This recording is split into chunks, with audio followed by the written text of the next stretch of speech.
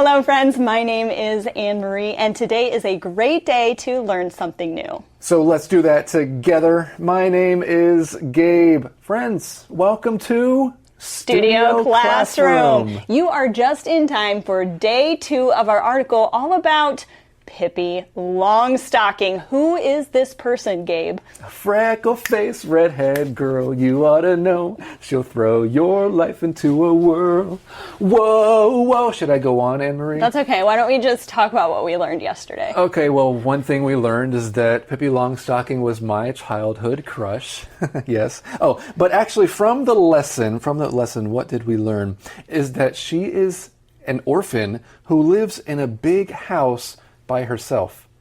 That's right. And this could be alarming for some people, but Pippi Longstocking is a character that a lot of children have looked up to because of the idea of living alone is maybe a little bit attractive. It could be appealing to some people, right? Not being told what to do by people in authority, right? And of course it's a work of fiction. It's someone's imagination, you know, this writer who wrote about Pippi Longstocking. And so in a way, you're just kind of imagining what life might have been like for somebody in this situation. What kind of person would this be, this kid who lives alone and is kind of strange in some ways? We're going to learn more about Pippi's impact on today and the fact that she is turning 80 years old. So let's get into our first reading for the day. Pippi Longstocking turns 80. Readers quickly realize that Pippi isn't embarrassed about her appearance or concerned about what others think of her. In a world that pressures kids to fit in, Pippi's confidence and belief in herself are refreshing. Her exploits inspire others to accept their own unique personalities and be themselves.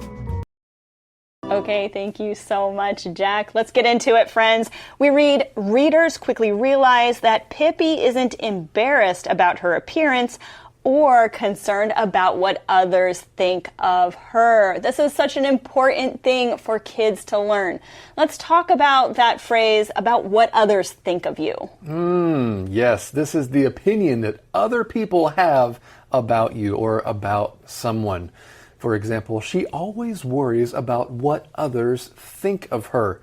And yes, we do usually use this phrase kind of as a way of saying you don't want to worry about what others think and don't let their opinions influence you, or just to point out the fact that sometimes you do let other people's opinions influence you. But Pippi is not this way. She doesn't let anybody influence how she feels about herself. In a world that pressures kids to fit in, Pippi's confidence and belief in herself are refreshing. All right, we talked a lot about how people view you, or if you're worried about how people think of you. This is a related term, friends, to fit in. If you feel like you fit in, it means that you feel that you are accepted into a group. That's right, and I guess the emphasis here would be that feeling, right? Feeling accepted or feeling a sense of belonging. He tried hard to fit in at his new school. I think for kids who have to, move around a lot and go from one school to another, maybe they learn how to fit in quickly, or perhaps it could be difficult for them because it is not easy to fit in a new place all the time and trying to have to make new friends. But Pippi Longstocking didn't really worry about fitting in, even though a lot of kids feel that pressure. Her confidence and belief in herself are refreshing. Her exploits inspire others to accept their own unique personalities and be themselves. There are 2 things we want to take a look at here in this sentence, friends. First, let's talk about what exploits means. Well, an exploit is a brave or interesting action or achievement. For example, we could say the book tells the exploits of a young explorer. And of course here, the word exploit might make you think of adventures as well. Because she, and the story, Pippi Longstocking and these other kids do have quite a lot of adventures and exploits. All right, and this is encouraging others to accept their own unique personalities and be themselves. You might hear people say this to you Just be yourself. This means to act naturally and not pretend that you're something that you're not. That's right. I told them to just be themselves and have fun. Be yourself. Everyone else is already taken. That's one of my favorite quotes from Oscar Wilde. And it's true. Don't try to be just like everybody else, right? Just be yourself. That's right. So here we're seeing that Pippi is teaching kids some very interesting things. She is teaching them to have adventures and probably also curiosity, because oftentimes if someone like this is living alone and they're going on adventures, it's because they're curious and brave. And she's also teaching kids to be themselves, not to wish they were someone else. Well, what else can kids learn from the story of Pippi Longstocking? Let's find out right now. Pippi Longstocking turns 80. Shy kids can take heart in the young girl's joy and courageous love of adventure. As she did with Annika and Tommy, Pippi encourages people to move out of their comfort zones. In the 1940s, some parents were offended by a strong female character who relied only on herself.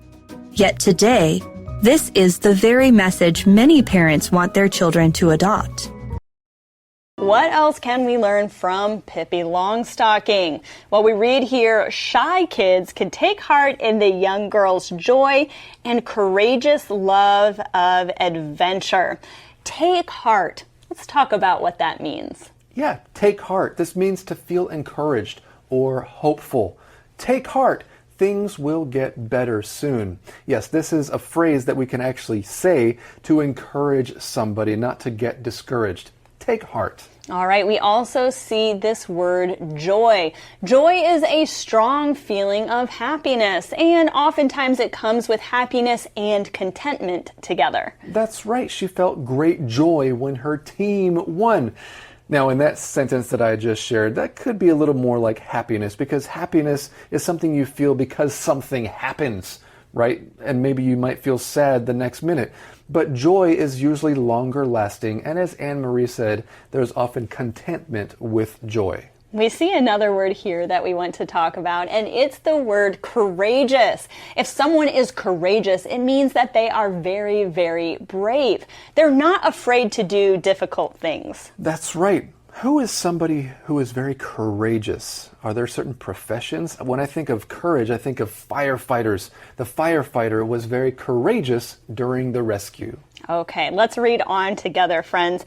As she did with Annika and Tommy, Pippi encourages people to move out of their comfort zones. Let's talk about what a comfort zone is, friends. Yeah, this is a great phrase for you to know. Your comfort zone. This is a place or situation where you feel safe and relaxed. Trying new things helps us to grow outside of our comfort zones. It's not bad to have a comfort zone, right, Anne-Marie? But you want to try to challenge yourself in many ways. That's right. And always be learning, friends. Always be getting better. And to do that, oftentimes you need to get out of your comfort zone. Let's learn now about how this book was received. Right. Okay. So in the 1940s, some parents were offended by a strong female character who relied only on herself. Well, let's take a look at that word, offended. If you're offended, that means you're hurt or upset by something that someone said or did. Here's how you could use offended in a sentence. He was offended by the rude comment. I have to do a little bit more research, Anne-Marie, to find out about why people were offended by a strong female character who relied only on herself. Because for me, as a parent, I wouldn't say I'm offended by the idea of someone living on their own at 9 years old, but I do find it kind of alarming and surprising and kind of concerning. But it has nothing to do with her being a girl, but with being a child. Yes, because children at that age usually can't make wise decisions for themselves, and they usually can't take complete care of themselves either. Yeah, you're right. So friends, how do you feel about this? It does make me want to look into it a little more. I believe there's quite a few clips from the original Pippi Longstocking films that you can find online. I have to be honest, after watching that 1988 version of Pippi Longstocking with that song I love to sing, and then I watched the originals, I was not happy with the originals. I loved the way they redid it in 1988. So if you have a chance to watch that movie as well, you should do it. Now, we see here that even though some parents were offended about Pippi, today this is the very message many parents want their children to adopt. Many parents today want their kids to be independent and make good decisions for themselves. That's right. Well, we do have more to learn right after today's Info Cloud. Pippi Longstocking turns 80. Pippi and her first book turn 80 this year, but her popularity hasn't faded. The little girl with the red braids always confronts challenges head on and stands up for good. She uses her strength, courage, and compassion to improve her world. This year, the Astrid Lindgren Company encourages everyone to use their own Pippi power and make the world a little better. Okay, thank you so much, Jack. I'm excited to see how our article is going to end, so let's get into it. Pippi and her first book turn 80 this year. Now, when we use the word turn with an age, it means that you have reached that certain age. That's right. This is just a way that we can express someone becoming a certain age. She just turned 18 last week. So Pippi turns 80 this year. Of course, she's a fictitious character. There's no real Pippi who's turning 80, but this person of someone's imagination is turning 80 this year. Her popularity has not faded. It has not disappeared, right? The little girl with the red braids always confronts challenges head on. Before we continue, let's take a look at that phrase, to confront challenges head on. Okay, this is a specific way to deal with problems. It means that you face them directly and you are courageous and brave as you are trying to solve them. That's right. He confronts challenges head on without running away. It's not easy to confront challenges. It's not easy to have difficult conversations with other people. Sometimes we call that confronting someone about an issue that needs to be resolved. And if someone has an easier time doing this than other people, we might use the adjective confrontational. That person might be more confrontational. They're okay having these kinds of conversations, these difficult conversations. But there's something else we want to talk about here, and that is the idea of standing up. All right, if you stand up for something or for someone, it means that you are defending them or you are supporting them. So for example, some people always stand up for what is right. It's always a great idea to stand up for what is right, and it's usually not that easy, or not as easy as we think. Well, we read here, she uses her strength, courage, and compassion to improve her world. We've learned a lot of virtues that Pippi Longstocking has. She values honesty. She's a creative person. She values creativity. She cares for other people. We see here strength, courage, compassion. Let's talk about compassion. This is a deep feeling of care and concern for others. Here's an example. He showed compassion by helping the injured bird. I think compassion is a great thing for people to have, and it's something that we should all work towards having more of. When we see someone who needs help or someone who isn't as well off as us, it's good to have compassion on them and be willing to help and have empathy. That's right. Empathy, compassion.